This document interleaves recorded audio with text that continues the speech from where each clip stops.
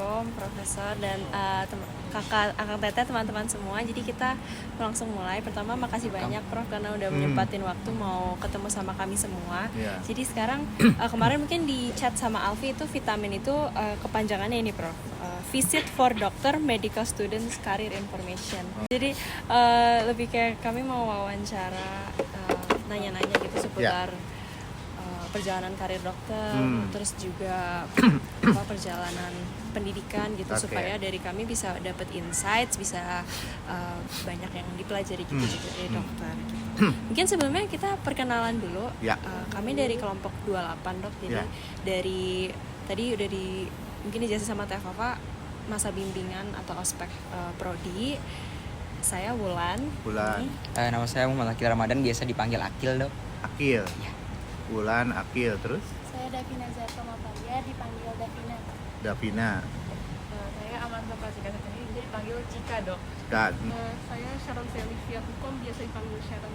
Sharon, oke. Saya Muhammad Alfiansyah, biasanya dipanggil Alfi. Saya Evelyn Yuranda, saya dipanggilnya Evelyn. Baik, Prof, sebelum memulai izinkan kami berdoa dulu agar diperlancar untuk hari ini.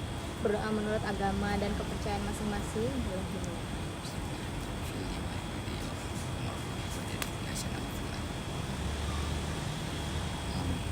Berdoa tidak pernah usai, namun dapat dicukupkan.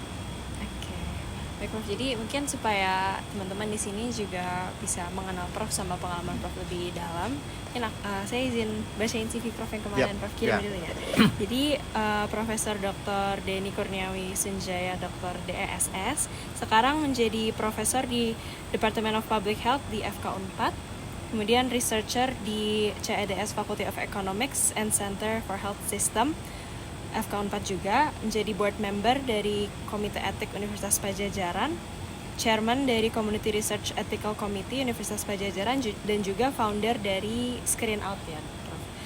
Jadi profesor ini S1-nya di Unpad dan ngambil magister di Prancis ya, Prof. Di Université de Bordeaux, dan mengambil dokter di UGM.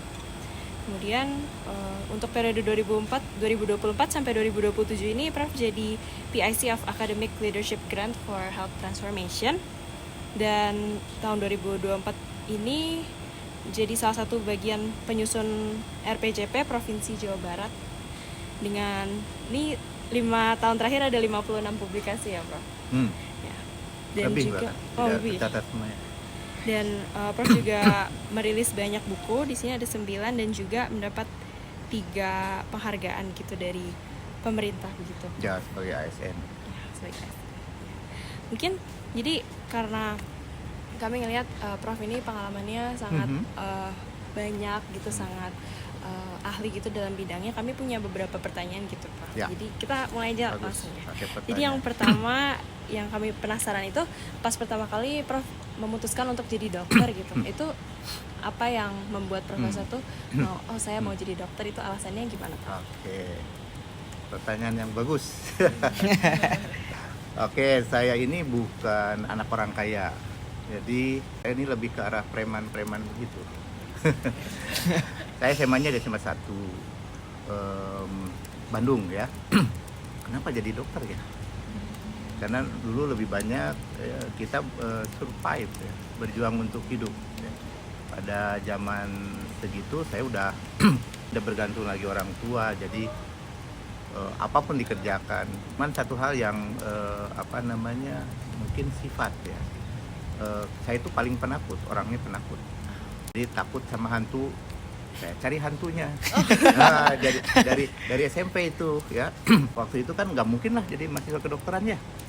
Nah, ketakutan ini saya lawan dengan masuk ikut tes, lulus gitu. Nah, jadi surprise dan nggak nyangka gitu kan jadi masuk di kedokteran.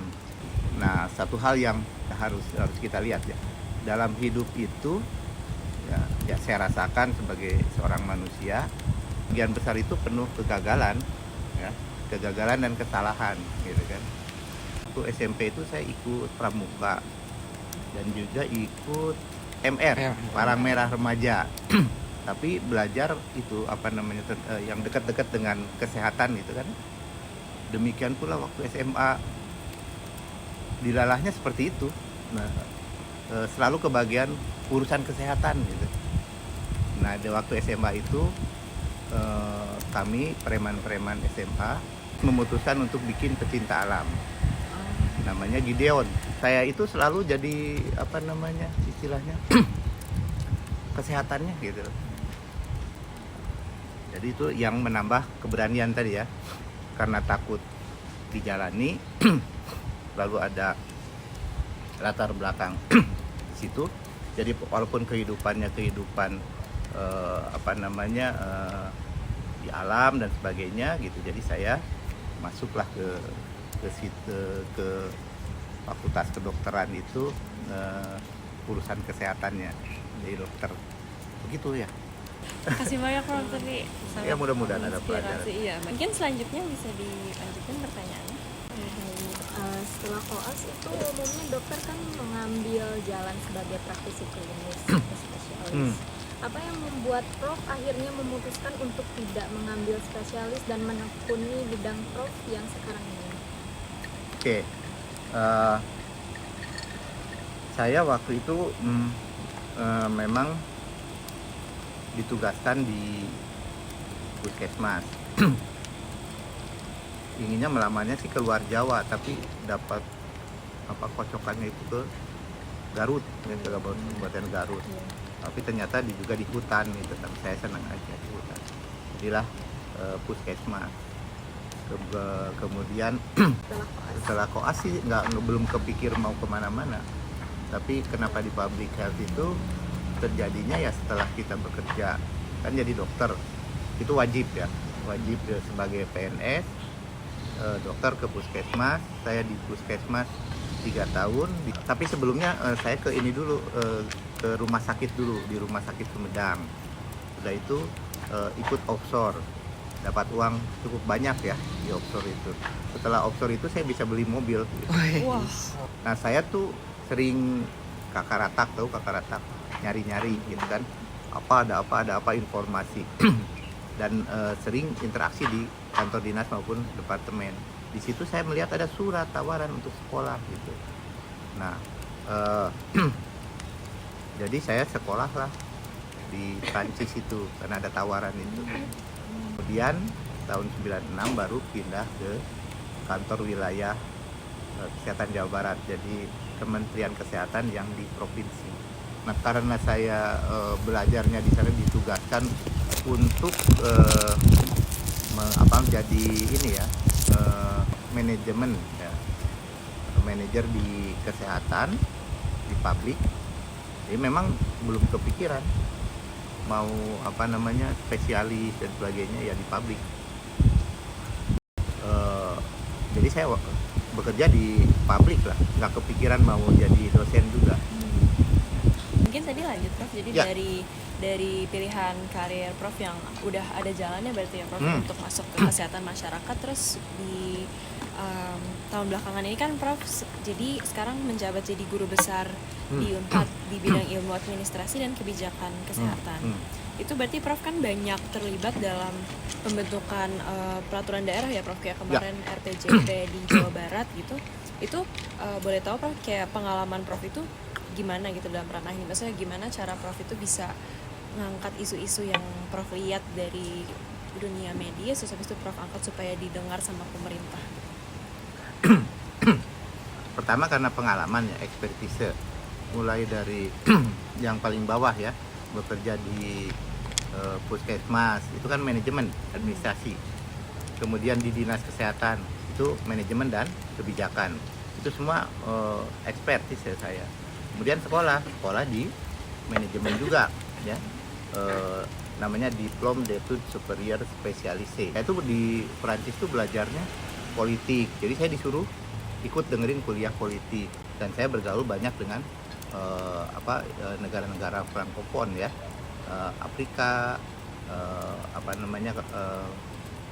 sampai Amerika Latin yang frankofon yang berbahasa Perancis.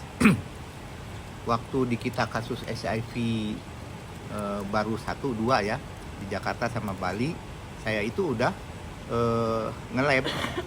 Jadi di Prancis itu udah nge-lab untuk HIV. Kesehatan itu ternyata memang politik. Kesehatan itu politik. Nah, itu harus dipahami ya. Di dalam determinan sosial kesehatan, sistem kesehatan itu hanya 30% bertanggung jawab terhadap derajat kesehatan. 70% itu ada di luar kesehatan. Seperti TB sekarang, stunting, ya. Lebih banyak determinannya ada di luar sistem kesehatan. Itu yang kita pelajari sejak lama ya, cuman ngertinya baru sekarang gitu kan ya. Begitu. Oke. Ada lagi Ada bro. pertanyaannya?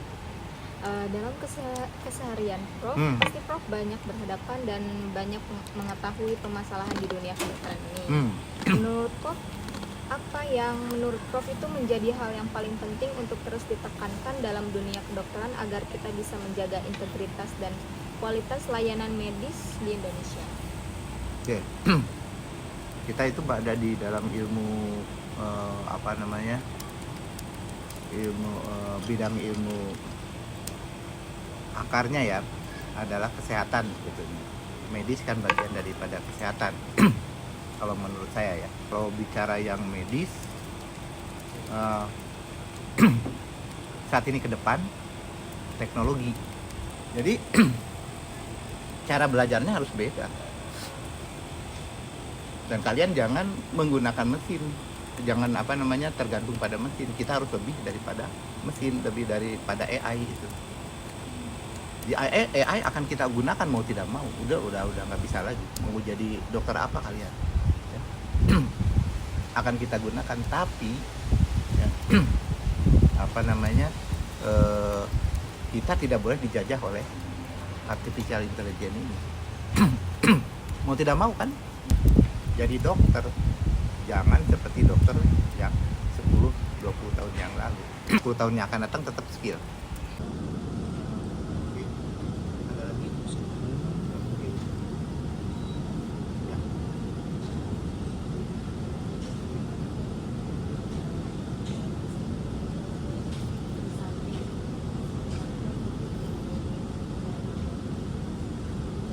Bikin kebijakan, terus habis itu juga mungkin ngajar para mahasiswa juga, itu gimana caranya Prof bisa membagi waktu antara pekerjaan, terus habis itu punya kesibukan sendiri, terus keluarga juga, itu menurut Prof gimana? Ya. Bagaimana cara membagi waktu? Kalau keluarga kan anak saya semua udah ini ya, masing-masing ya. Jadi udah tidak ngurusin anak lagi gitu kan. Udah menjadi keluarga sendiri. Jadi paling pekerjaannya. Nah, tugas dari dosen itu kan ada 3 ya. Pendidikan, penelitian, pengabdian masyarakat. Pendidikan, saya ngajar, membimbing mahasiswa S2, S3 ya terutama. Tidak hanya di kedokteran kan. Di FISIP, ada juga di UGM, UNS ya. Di UI kadang-kadang. UI juga tidak di kedokteran, di kesehatan masyarakat, di Visipol ya kan. Jadi banyak lah ininya ya. Ada lagi? Oh yang lain katanya? Diwakilin. Udah diwakili. Mungkin Ada lagi? sebagai penutup nih, Ya. ada satu lagi terakhir. Mungkin apa saran Prof bagi generasi muda yang ingin berkarir di dunia kesehatan, khususnya bagi mereka yang tertarik dalam penelitian dan kebijakan kesehatan? 1, kuasai teknologi. Kedua, harus sabar. Ketiga, harus siap dengan kegagalan. Keempat, inovasi. Selalu berinovasi. Dan dari sisi semua itu ya, jangan pernah menyerah. Oke, jangan pernah menyerah. Saya seorang tua sudah pernah sampai pada satu titik ya, di mana antara berhenti ya atau melanjutkan ya. Jadi percaya kita ada selalu ada jalan di balik kegagalan kita. Ya. saya lebih sering mendapatkan kegagalan itu daripada keberhasilan. Jadi jangan takut dengan kegagalan. Gitu ya. Jadi di dunia medis itu relevan. Kalian jangan jadi pengguna, tapi jadi pengembang.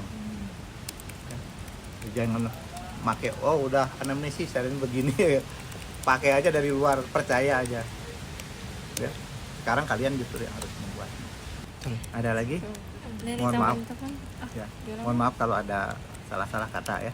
Punten Dok, Yap. sebelumnya jadi kami ada ini sih Dok, kayak sedikit Kenang-kenangan. kenang-kenangan Nah, coba. di foto dong kalau gitu. Iya. Iya. Maaf. Lihat nih. Si dokter di sini ada yoga sedikit. Masya Allah. Alhamdulillah. Atur nuhun. Enggak dimakan bareng-bareng. Oh, gitu.